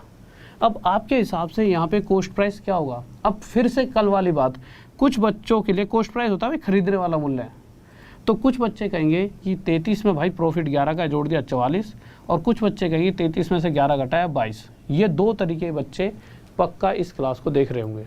अब इनमें से कौन से वाला मूर्ख तो नहीं कह सकते, टैलेंटेड है, वो अभी पता चलेगा। ठीक है, देखिए 44 वाले कौन कौन है, तो ये ध्यान दीजिए। अगर मैं कहूँ कि मैंने 44 रुपये की कोई वस्तु खरीदी, मैं जा रहा था रास्ते में, मैंने सोचा मैं 11 रुपये का प्रॉफिट लेकर उस वस्तु को किसी को बेच दूँ, यानी 44 रुपये की खरीद कर लाया हूँ और 11 रुपये और एक्स्ट्रा चाहता हूँ, तो कितने बेचूँगा? 55 रुपये में। बट यहाँ तो मैं 33 में बेच रहा हूँ, यानी कि 44 तो मेरा खरीदने वाला मूल्य है ही नहीं। ये कॉमन सेंस है, बट फिर भी मेरे को आपको सिखाना पड़ रहा है, जिससे कि आगे कभी गलती ना करो। हाँ, अगर मैं 22 की खरीदता और मैं किसी व्यक्ति को बेचते टाइम चाहता हूँ 11 रुपये और एक्स्ट्रा मिले, यानी 22 और 11 33 रुपये मिले, तो अब कंडीशन सही बैठ रही है, यानी एक्चुअल में कॉस्ट प्राइस मेरा कितना है 22। और जब तक मुझे कॉस्ट प्राइस नहीं पता होगा मैं प्रॉफिट और लॉस परसेंट बता ही नहीं सकता था। ठीक है, मुझे क्या चाहिए था? Profit percent. तो मुझे पता है नीचे मुझे क्या रखना है, नीचे रखना है CP। तो ठीक है, तो आप अगर देख रहे होंगे तो CP है कितना? 22, तो नीचे मैंने रख दिया खरीदने वाला मूल्य, और इस 22 रुपये पे जो प्रॉफिट हो रहा है कितना है? 11 रुपये का, और परसेंटेज के लिए मल्टीप्लाई 100, 11 से इसे 2 पे काटेंगे, 2 से इसे 50 पे, और एक्चुअल में 50% का प्रॉफिट। किसी को डाउट? नेक्स्ट क्वेश्चन की तरफ आ रहे हैं भाई, जल्दी से देखिए क्या कहना चाहता है हमारा अगला क्वेश्चन। 12th सभी का आना चाहिए, और जल्दी से लाइक कर दीजिए भाई। देखो जितने सारे धुरंधर बैठे हो, तुम सारे खिलाड़ी हैं, अब तुम्हें जल्दी से लाइक कर दो। क्यों? अब तुम बहुत से तो यूँ सोचेंगे कि ईगो पे आ जाएगी, हम क्यों करें लाइक, कोई दिक्कत नहीं, फिर भी कर दो, थोड़ा सा मेरी खुशी के लिए कर दो। ठीक है, और थोड़ा सा अगर तुम्हें अच्छा लग रहा है पढ़ने में तो कर दो लाइक। ठीक है, और सब्सक्राइब कर लिया करो चैनल को, इसका बहुत फ़ायदा मिलता है, बहुत सारी चीज़ें हैं। ये सब्सक्राइब आप बहुत बार बच्चा कहता है सब्सक्राइब नहीं करूँगा मैं, मेरे भाई उसका फ़ायदा आपको ही है। ठीक है, फ़ायदा देखिए टीचर का ये होता है कि बच्चा उससे पढ़ रहा होता है, तो अच्छा लगता है यार कि बच्चा पढ़ रहा है, तो एक ना अंदर से मोटिवेशन आती है, बच्चों को चीज़ें अच्छी लग रही है और मज़ा आता है पढ़ाने में। ठीक है, और 100% आपके सिलेक्शन की तरफ आप भी जा रहे होते हो, और हमने तो भाई पढ़ाना ही हुआ है कि दो यही चीज़ मैं यही पढ़ाता हूँ, तो ये 12 आया, ये आया, ये आया नहीं। और अगर आप सब भी आंसर देते हो, जैसे अच्छे अच्छे सभी का आंसर भी आ गया, तो मुझे भी अंदर से एनर्जी आती है, यार लड़के टैलेंटेड है, मैं भी जल्दी जल्दी बहुत बढ़िया तरीके से आपको समझाता हूँ। तो वही है कि आपकी ही मेहनत, सारा खेल आपकी मेहनत है कि आप किस तरह से चीज़ों को लेकर चल रहे हो। ठीक है, तो आगे क्वेश्चन की तरफ चलते हैं, क्वेश्चन नंबर 12। तो जल्दी से सभी लाइक कर दीजिए, कर दिया होगा सबने, बहुत बेहतरीन। क्वेश्चन पर आते हैं क्या करा है, और सब्सक्राइब भी कर लेना। क्वेश्चन कह रहा है the loss incurred on selling 21 articles. घाटा हुआ उसे जब उसने 21 वस्तुएं बेची, बेच तो दी पर घाटा किसके बराबर हुआ? इक्वल टू सेलिंग, 2 होना चाहिए था, या दाब मुझे नहीं पता, बट 2 होना चाहिए था। इक्वल टू सेलिंग प्राइस जो उसे लॉस हुआ है वो किसके बराबर है? सेलिंग प्राइस के बराबर। तो बस हमें यही चीज़ तो चाहिए थी कि किसके बराबर लॉस हुआ? सेलिंग प्राइस के। तो जितनी भी उसने वस्तुएं बेची वो क्या है? Selling price. ठीक है, लॉस हुआ कितने का? 3 का। तो यहाँ से अगर मैं चाहूँ कि खरीदने वाला मूल्य कितना होगा, आप कहोगे क्यों निकाले? क्योंकि प्रॉफिट या लॉस परसेंट हमेशा खरीदने वाले मूल्य पर ही निकाली जाती है। तो CP कितना रहा होगा? तो CP आपके हिसाब से या तो 21 में से 3 हटा दो 18, या 21 में 3 जोड़ दो 24। आप दो तरह के बच्चे हो अलग अलग। तो 18 वाले देखिए, अगर मैं 18 रुपये की कोई साइकिल पाइकल खरीद कर लाया और बेचते टाइम 3 रुपये कम मुझे मिले, यानी मुझे सिर्फ 15 रुपये मिले, तो ये सीरीज़ गलत है, क्योंकि मुझे तो 21 मिले हैं, यानी 18 गलत है। हाँ, 24 की खरीद के लाया, 3 कम मिले यानी 21, तो हाँ भाई 24 बिल्कुल सही है कि हाँ वो 24 रुपये में वस्तु खरीदी गई होगी। तो वो चाह रहा है कि जो भी लॉस या प्रॉफिट परसेंट है वो होता है। तो लॉस परसेंट क्या जो जितने में खरीदी वो नीचे, उस पर जो भी प्रॉफिट या लॉस है, यानी कि 3 का लॉस है वो ऊपर। 3 से 24 को काटेंगे बटे 8, परसेंट के लिए तो मल्टीप्लाई 100 लग दो, या फिर डायरेक्ट 12.5% का हमें क्या हो रहा है? लॉस। ये हमारा आंसर आ जाएगा। किसको डाउट? जल्दी से मेरे भाई, मेरा बैच देखिए ये क्लास मेरी 9 बजे चलती है, रात में 9 बजे, और सुबह एक ऐप पे 9 बजे फ्री क्लास चलती है, फ्री गले में थोड़ा सा यार। 9 बजे ऐप पे फ्री क्लास चलती है, रात में 9 बजे यहाँ चलती है, और अगर RD Sir 10 लगाकर आप कोई भी कोर्स परचेज करते हो तो वहाँ से सीधा सीधा मेरी मैथ की क्लास पर आ सकते हो, जो डेली 12 से 1 चलती है। मतलब आप किसी भी चीज़ का कोर्स खरीदोगे आप मेरी क्लास ले सकते हो। मास्टर कोर्स है वो सभी एग्जाम्स को क्लियर कराने के लिए, ठीक है। 12वीं के बाद 13वें क्वेश्चन पर आते हैं जल्दी से। छोटा सा क्वेश्चन है, जल्दी से देखेंगे, चीज़ आप समझ चुके हो तो ज़्यादा यहाँ पे समय ना बर्बाद करते हुए सभी बच्चों का आंसर आना चाहिए, ठीक है। और मैं देखूँगा किस किस का आंसर आ रहा है। देखिए इस बार 33 मीटर कपड़े बेचिए, कोई दिक्कत नहीं है। उसको आगे बढ़ने में पता चला कि 11 मीटर के विक्रय मूल्य के बराबर हानि हुई। किसके बराबर हानि हुई है? Loss equivalent to selling price. अगर जो लॉस है सेलिंग प्राइस के बराबर है तो जितने मीटर कपड़ा बेचा है, कितने मीटर बेचा है? 33 मीटर, वो सेलिंग प्राइस हो जाएगा। लॉस कितना हो जाएगा? 11। आपको पता है अगर लॉस 11 का है तो खरीदने वाला मूल्य कितना रहा होगा? 44। भाई 44 की खरीदी, 11 कम लेकर 33 में बेच दिए। तो पूछ रहा है कि लॉस परसेंट बताइए। लॉस परसेंट हो चाहे प्रॉफिट परसेंट, कैसे बताते हैं? नीचे रखते हैं जितने वस्तु खरीदी गई, कितने में खरीदी? 44 में। ऊपर क्या रखेंगे? जो भी लॉस है या प्रॉफिट। तो 44 पर 11 का लॉस है तो 11 ऊपर, परसेंट के लिए मल्टीप्लाई बाय 100। 11 से 4 पे जाएगा, 4 से कितने पे जाएगा? 25 पे। 25% का लॉस। नेक्स्ट क्वेश्चन आइए सर जल्दी से। हाँ भाई अगला क्वेश्चन देखिए, बहुत बेहतरीन भाई, बहुत बढ़िया, शाबाश।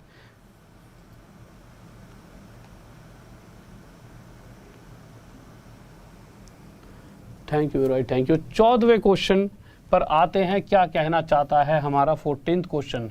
तो 14th क्वेश्चन देखिए क्या कहने वाला है और क्या कहना चाहता है 14th क्वेश्चन हमारा। तो 14th क्वेश्चन देखते हैं क्या कह रहा है, देखते हैं। तो 14th क्वेश्चन कह रहा है हमारा जब हम 17 बॉल बेचते हैं कितने रुपए में? 720 रुपये में। हमने कितनी बेची? 17, 720 रुपये में। तो आगे जब हमने पढ़ा तो हमें एक लॉस हुआ equal to cost price of 5 balls. किसके बराबर लॉस हुआ? 5 बॉल के बराबर। यानी हमें यहाँ से एक बात पक्की तय हो चुकी है, अगर हमें लॉस कॉस्ट प्राइस के बराबर हुआ है, खरीदने वाले मूल्य के बराबर हुआ है, तो जितनी भी वस्तुएं बेची हैं, यानी उसने कितनी बॉल बेची थी? 17, वो क्या है? हमारा कॉस्ट प्राइस। यही बात तो मैंने सिखाई थी, ठीक है। यानी 17 हमारा कॉस्ट प्राइस आ गया है। लॉस हमारा कितना आ चुका है? लॉस आ चुका है 5। अगर मैं यहाँ से आपसे ये जानना चाहूँ कि अगर 17 की खरीदता है 1 और 5 रुपये का घाटा लेकर बेचेगा, कितने बेचेगा? 12 में। बट वो कह रहा है उसने सभी वस्तुओं को बेचा है कितने में? 720 रुपये में। इस 12 से कितने गुना था? 60 गुना। तो ये जानना चाहता है कि the cost price of actual cost price क्या है एक बॉल का। तो जो ये गुने में लिखा होता है ना यहाँ पे 60, इन क्वेश्चनों में वही हमारा आंसर होता है आगे जाके। बट वो तो पूरा वे से समझते हैं, क्यों? ये डायरेक्ट करवा दूंगा तो ये दिमाग में 60 ही लेके बैठ जाओगे, ठीक है। अभी इससे हट जाओ। तो मैंने देखा कि एक्चुअल में सभी चीज़ों को 12 रुपये में नहीं बेचा, उससे 60 गुना ज़्यादा 720 में बेचा था। तो इसी तरह से एक्चुअल में सभी वस्तु भी 17 रुपये में ना खरीद कर उससे 60 गुना ज़्यादा, 17 गुणा 60 रुपये में सभी बॉल खरीदी होंगी। अच्छा, उसने टोटल खरीदी कितने हैं? 17 बेच रहा है तो खरीदी भी 17 होंगी।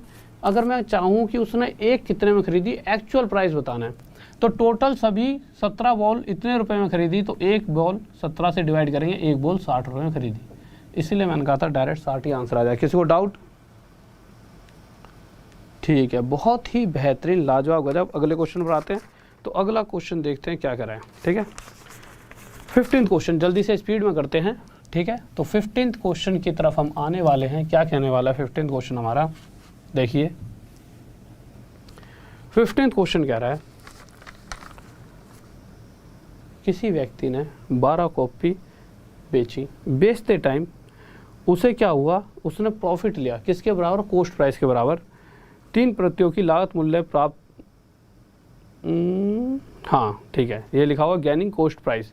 तो उसे जो प्रॉफिट हुआ वो किसके बराबर हुआ है? कॉस्ट प्राइस के बराबर। तो जितनी भी वस्तुएं बेची हैं, कितनी बेची हैं? 12, वो क्या हो जाएगा? CP। यही हमने सीखा था। कितने का प्रॉफिट हो रहा है? 3 का।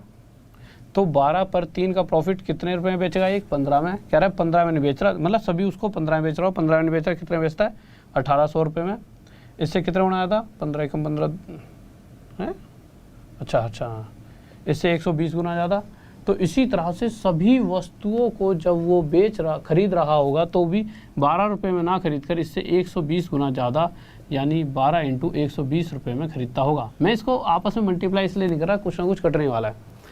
यानी आप इतने रुपए खर्च करके टोटल 12 कॉपी खरीद के लाते हो। 12 बेच रहे हो तो 12 ही खरीदोगे, तो एक कितने में खरीदी, एक 120 में, ये हमारा आंसर आ गया। नेक्स्ट क्वेश्चन लगाइए सर जल्दी से मेरे भाई। 120 आंसर आएगा, 120। मैंने क्या कहा था, ये जो ये वाली वैल्यू होती है 15 एकम 15 15 दूनी 30, हाँ ठीक तो है। 120 आंसर आएगा, 120 बिल्कुल सही।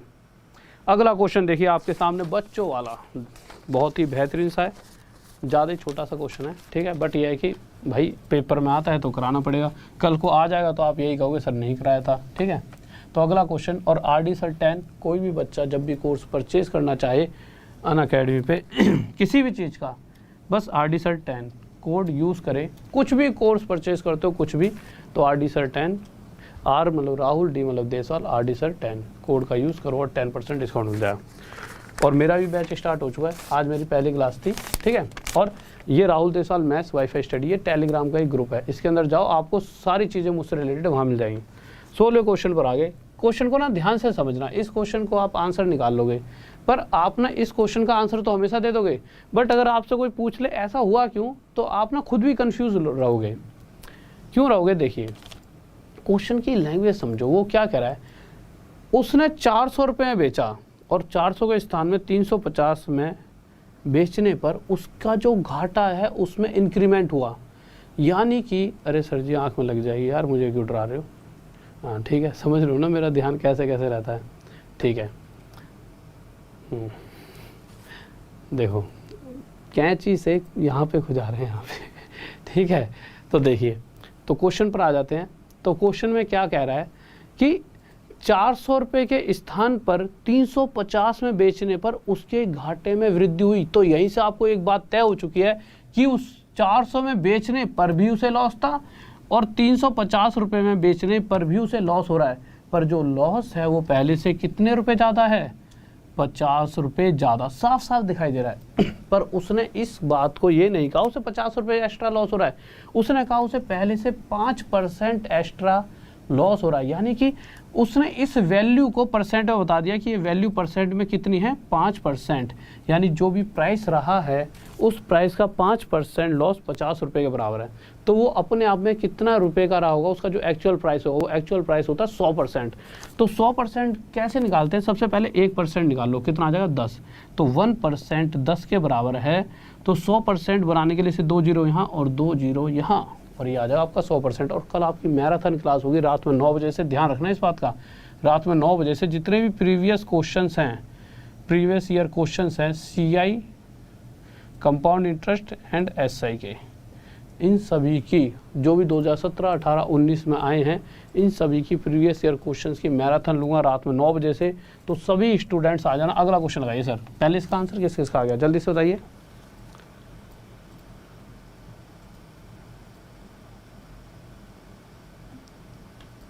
अच्छा स्नेक वाली, भाई देखो स्नेक वाली बात क्या होगी, अगले क्वेश्चन पर आने से पहले सांप वाली बता दूं, ठीक है। एक सेकंड, किसी को भी वो कोर्स लेना हो तो RD सर 10 कोड है, ठीक है भाई। ऐसा हुआ आज सुबह सुबह मैं तो अंदर उस पर टैब पे पढ़ा रहा था, सर जी ने बाहर से कहा, मतलब ऐसे ही थोड़ा सा चिल्लाए, तो मैंने क्या करा, मैंने पैर ऊपर कर लिया, क्योंकि कल निकला था यहाँ पर मैं, मतलब यहाँ पे ऐसे ही खड़ा होके अंदर आया था तो मैं सांप निकल गया था। तो उस बेचारे को हमने बाहर छोड़ दिया। कल तो वो इतना बड़ा सा था, ठीक है, मतलब पूरा इतना बड़ा था वो, उसके वो भी डबल रूप वाला था, 2 रंग वाला सांप था, 2 रंग वाला था, एक ही रंग वाला था, 2 रंग वाला था ना, हाँ वो, ठीक है। तो वो तो चलो हमने छोड़ दिया। अब हुआ क्या, आज मैं कोर्स की पहली क्लास, अच्छा हुआ क्या, जब सुबह भी पढ़ा रहा था तो मैंने इस तरह से एक ट्रायंगल बना रखा था। अब मैंने कहा ये 12 है और ये साइड 3 थी, तो 3 चौक क्या होता है 12, तो 3 4 बोल ही नहीं पाए, सांसें अटक गई, जैसे पता लगा कि बाहर सांप है, ठीक है, कि जैसे आवाज़ आई बाहर से सांप सांप सांप, मतलब आज भी, कल तो निकला था वो तो छोड़ दिया था, तो वहाँ से बह तो पहले ही बैठ गया था। बट उस समय जब जाके देखा, मतलब कि जब तक फिर मेरे से 4 ही नहीं बोला गया, बच्चे कह रहे सर क्या हो गया क्या हो गया, जबकि 3 चौक 12 मैं यहीं पर अटक गया, मेरी सांस अंदर से ही फूल गई, मतलब यही ना आ जाए और मैं यहाँ पे क्लास देते थे लाइव में थोड़ी भागूंगा कहीं। चलो ठीक है, ये तो कोई दिक्कत नहीं हुई। फिर हुआ क्या, अभी भी मतलब आ सकता है आज का दिन, फिर दोबारा से दूसरी क्लास हुई, कोर्स की पहली क्लास। अब भाई कोर्स की पहली क्लास में वो सच्ची में निकल गया, उस टाइम नहीं था, उस टाइम मजाक में इन्होंने बोल दिया होगा बाहर किसी से, जैसे बाहर होते हैं ना कोई, जैसे और भी होते हैं साथ में भाई वगैरह, तो उनसे मजाक में मेरे को आवाज़ आ गई, मैं डर गया, बट सच्ची में निकल गया। अब मैं ये सोचूँ ये सच में निकला या झूठ में, और बाहर थोड़ा हड़कंप बचा हुआ था पहले से ज़्यादा, और भाई मेरी सांसें अटक गई। मैंने कहा कि आज यहाँ पे वो आया नहीं। अब मैंने ऊपर पैर कर लिए, और बच्चे पहले दिन की तो भाई कोर्स वाली क्लास थी, बच्चे सब सोचे सर जी आगे क्वेश्चन क्यों नहीं करा रहे, अटक क्यों गए, नेट भी नहीं अटका, और मैं यूँ देखे जाऊँ कि कैसे आएगा, कहाँ से आएगा। तो यहाँ पे अभी वो जिंदा ही है और पता नहीं कहाँ घूम रहा है, और बहुत डर बना हुआ है, ठीक है। तो अब क्या कर सकते हैं यार, वो उसको लग रहा है कि ऐसा था, ये घर एक्स्ट्रा यहाँ पे हमारा एक पड़ा था, तो हमने सोचा कि इस बार जब हमने स्टूडियो बनाया, थोड़ा सा अटक गया था ना मैं भी, ठीक है, तो हमने सोचा कि स्टूडियो को यहीं बना लेते हैं। खेतों की तरफ था, कोरोना चल रहा है, तो दिल्ली में ना थोड़ा सा आप पीछे जाओगे तो नजफगढ़ की तरफ, नहीं कुछ नहीं ये नहीं, मतलब दिल्ली में एक जगह है, मतलब एक जगह है, ये जगह कैसे बोल दी, ठीक है, दिल्ली में कोई जगह है, वहाँ पे खेत हैं थोड़े से, तो उसके पास हमारा एक घर पड़ा है एक्स्ट्रा, तो खेतों में से आ गया यार वो, खेतों में से। अब हमने तो ऐसे सोचा था कि कोरोना नहीं आएगा वहाँ तक, थोड़ी हरियाली सी है। अब हमें क्या पता था कि ऐसी दिक्कतें भी आएंगी कि भैया कोरोना से बच जाओगे, पर कोरोना से भी महान चीज़ें हैं नहीं। तो आ जाओ, क्वेश्चन देखो, क्वेश्चन लगाओ सर जल्दी से अगला, ठीक है। तो यही बात थी, बस थोड़ा सा उस टाइम बताने वाला था कि उस टाइम निकला था, तो उस टाइम बच्चे कह रहे सर क्या हो गया। हाँ ये क्वेश्चन लगाओ जल्दी से अगला, नेक्स्ट। हाँ भी देखिए 17वें क्वेश्चन पर आते हैं। तो 17th क्वेश्चन देखिए क्या कह रहा है। तो 17th क्वेश्चन पर आए, क्या कह रहा है, एक गाय को 1000 रुपये में बेचने की तुलना में जब 1010 रुपये में बेचा गया, यानी 1000 में बेचने की तुलना में 1010 रुपये में जब गाय को बेचा जाता है, तो हमें साफ साफ दिखाई दे रहा है कि हमें पहले से 10 रुपये ज़्यादा मिल रहे हैं। बट क्वेश्चन कह रहा है कि पहले से 5% ज़्यादा लाभ हो रहा है, यानी ये तय है कि 1000 रुपये में बेचते थे तब भी हमें प्रॉफिट होता हुआ, 1010 रुपये में बेच रहे हैं तब भी प्रॉफिट हो रहा है। तो मैं क्या कहूँगा कि भाई पहले भी प्रॉफिट हो रहा था 1000 में बेचने पर, 1010 में बेचने पर मुझे पहले से 10 रुपये ज़्यादा का प्रॉफिट हो रहा है। पर क्वेश्चन कह रहा है परसेंटेज में पहले से 5% ज़्यादा प्रॉफिट हो रहा है। तो 5% किसके बराबर हो गया, 10 के। तो 1% निकालने के लिए इसे 2 से काटेंगे, तो 1% किसके बराबर आ जाएगा, 2 के। तो 100% के लिए 2 जीरो हम यहाँ लगा देंगे, 2 जीरो हम यहाँ, और 100% किसके बराबर आ जाएगा, 200 के। और ये हमारा क्या हो गया आंसर, ठीक है। हाँ भैया तुम्हारे गांव में रोज़ आते होंगे, भाई मैं यहाँ पे स्टूडियो में पढ़ा रहा हूँ, ठीक है। बाहर आना एक अलग मैटर करता है, तुम तो भाई धुरंधर हो, तुम्हारे जैसे शिकारी कहाँ। अब यहाँ पे मैं आ रहा हूँ और यहाँ पे मैं उछट जाऊँ और तुम लाइव में जाके कल को कहोगे अरे सर जी भागे लाइव में से, अच्छा लगेगा। तो भाई डर बना रहता है, क्योंकि देखो मैं तो यहाँ पे पढ़ा रहा हूँ ना, पूरा फोकस तुम्हें पढ़ाने में दो। अभी जब से शुरू से तुम्हें ऐसा लगा मेरे अंदर कोई डर है, पर मेरे अंदर डर था, मैं हर बार देख रहा था कहीं से ना आ जाए, ठीक है। तो ये मेरा टैलेंट है कि मैं तुम्हारे को अपना डर भी पता नहीं लगने देता, नहीं तो ठीक है। ओके दोस्तों, सभी का आ गया। हाँ मेरे भाई CHSL एग्ज़ाम से पहले एक बार पूरा ख़त्म करा दूंगा कोर्स को, 1 साल में। मतलब मैं अलग अलग तरीक़ों से स्ट्रेटजी मैंने आपको आज बताई दी थी, ठीक है। तो CHSL एग्ज़ाम से पहले एक बार तो पूरा एक बार उसे खेल देंगे, फिर उसके बाद आगे और चीज़ों को, क्योंकि यार मैं भी नहीं चाहता ना कि एग्ज़ाम में हर बच्चे का सिलेक्शन हो, तभी तो नाम होगा। और जब नाम नहीं होगा तब तक मज़ा ही क्या। नहीं, इस जीवन में क्या फ़ायदा इस ज़िंदगी का। नाम इतना ज़्यादा होना चाहिए कि अलग ही, जहाँ जहाँ जाओ हर जगह भाई फलाने गांव का छोरा किससे पढ़ के लगा, मुझसे, ठीक है। क्वेश्चन हो गया, हटा दीजिए एक बार जल्दी से कुछ चीज़ें बताए। तो देखो यार, RD Sir 10 ये एक ऐसा कोड है जिसको आप जब भी, कोई भी बच्चा आपका यार दोस्त भी अगर किसी और चीज़ का कोर्स भी परचेज़ करता है, जो उसकी इच्छा है, उसने कहा कि यार इस चीज़ का कोर्स खरीद लूँ, तो ठीक है भाई ये कोड लगा दो RD Sir 10, तेरे को जो भी मैक्सिमम डिस्काउंट चलता होगा, जैसे 10% से ज़्यादा भी है तो भी आपको वो डिस्काउंट मिलेगा। जैसे अभी किसी एक कोर्स पे 40% चल रहा था, तो RD Sir 10 लगाओगे तो 40% का डिस्काउंट, साथ में उसके अंदर एक पूरी टीम सेलेक्ट आप कर सकते हो, अंदर जाकर आपकी जिससे भी इच्छा उससे पढ़ सकते हो, और साथ में मैं मैथ्स भी पढ़ाऊँगा। तो RD Sir 10 लगाकर, और जैसा कि मेरा खुद का भी कोर्स चल रहा है, 12 तारीख आज ही थी, आज से शुरू हो गया है, तो इस कोड को लगाइए, कोर्स को परचेज़ करिए। वहाँ पे मैं स्ट्रेटजी बताऊँ किस तरह से मैं चीज़ों को वहाँ पर लेकर चलना है कोर्स के अंदर। देखिए जितना ज़्यादा आप ले सको ले लीजिए, यहाँ से जहाँ से, ठीक है। हर एक चीज़ का अपना अपने एक इम्पोर्टेंस है, ठीक है। तो RD Sir 10 कोड लगाएंगे, वहाँ पर जब आप जाओगे तो आप ऐसा कर सकते हो। देखिए इस कोड से वहाँ पे मेरी मैथ्स की चलेगी। उसके बाद आप कहोगे सर जीएस का क्या करेंगे, इंग्लिश का क्या करेंगे, रीजनिंग का, हिंदी का। सबसे मेन चीज़ होती है कि यार इन 3-4 सब्जेक्ट्स का क्या करना है, सिर्फ मैथ्स थोड़ी पढ़नी है। तो ये पूरा कोर्स मिलेगा। उस कोर्स में आपको मेरी मैथ्स, जीएस, आप 4-5 टीचर सेलेक्ट कर सकते हो। किसी की आपको हिस्ट्री अच्छी लगती है, हिस्ट्री पढ़ लेना, किसी की पॉलिटी तो पॉलिटी पढ़ लेना, किसी की अगर आपको बायोलॉजी लगती है तो बायोलॉजी पढ़ लेना। इसी तरह से इंग्लिश और रीजनिंग और हिंदी भी। ऐसे 8-9-10 टीचर सेलेक्ट करें और उन 10 टीचरों से 1 साल तक पढ़ते रहना। और 1 साल जब आप लगातार उन टीचरों से पढ़ोगे तो सिलेक्शन 100% है। तो आपने अपनी ही टीम बनाई उन टीचर्स की जो आपको बेस्ट लगते हैं, ठीक है। तो ये ऐसा नहीं है कि इसमें आपको सिर्फ जो आप पैसे दे रहे होंगे जो भी, तो आपको सिर्फ मेरी ही क्लास मिलेगी, मतलब मेरे साथ उस पैसों में सभी एक टीम मिलेगी, मतलब ये पूरा कोर्स है, ठीक है। क्योंकि देखिए हमें पता है कि सिर्फ एक सब्जेक्ट को पढ़कर कभी भी पास नहीं हुआ जा सकता, सभी चीज़ों को पढ़कर हुआ जाता है, ठीक है। तो आप आना और फिर मैं तो वहाँ पर आपको मिलूंगा ही, ठीक है।